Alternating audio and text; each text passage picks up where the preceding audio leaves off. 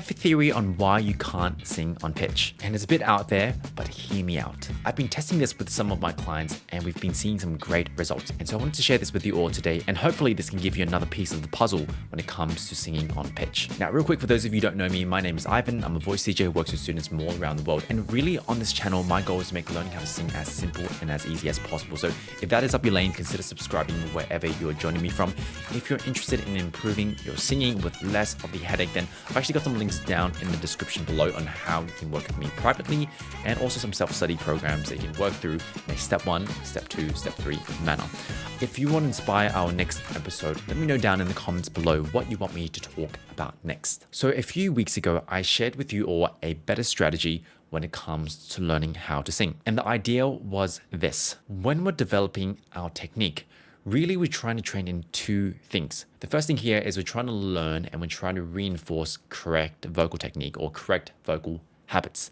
Now, the second thing that we're trying to do is we're often trying to unlearn a lot of bad vocal habits, and just allow them to die off. But then I got thinking, what if one of the reasons you're struggling to sing on pitch is because you're so used to singing off pitch? Now, let me back it up. I had this one particular student and we're trying to get him to match his voice to a scale like this.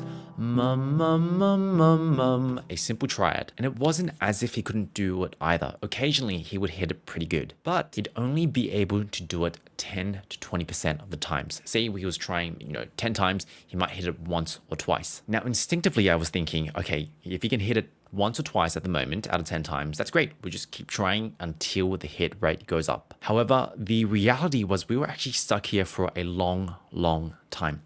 And that's when I started thinking, if matching pitch, if part of that is a habit, then sure, he's getting good reps 10 to 20% of the time, but he's also having to fight this 80 to 90% of the time where he's missing. And as a result, because our brain is getting these very mixed signals, often we are just stuck in this tug of war of habits. So what was the solution? What if we just found a context in which he was guaranteed to be on pitch 80, 90% most of the time? And so basically for the next 2 weeks, we had to find an easier context.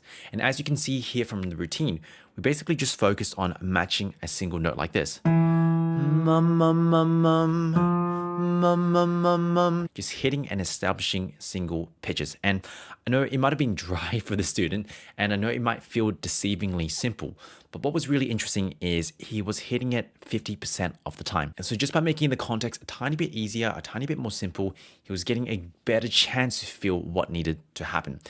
And as he spent each day, 10 to 15 minutes, or as I suggested, 2/3 of his practice time, each week that he came back, he became more and more consistent. And when we went back to this original scale, mum, mum, mum, mum, mum, after a few weeks, he was able to get it with more success. And so really, to summarize this episode, if you're struggling to sing on pitch, sometimes it's not just because you can't hear the pitch, you can't memorize, it's not because you're tone deaf, but sometimes you literally have these habits that might be fighting you because maybe you've been singing off pitch for many years of your life. And so the solution here is quite simple.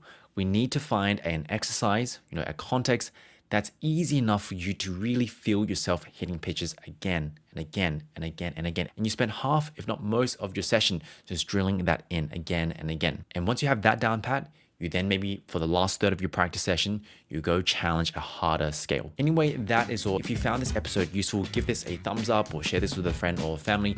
If you're on the podcast, leaving a 5-star review really, really means the world to me.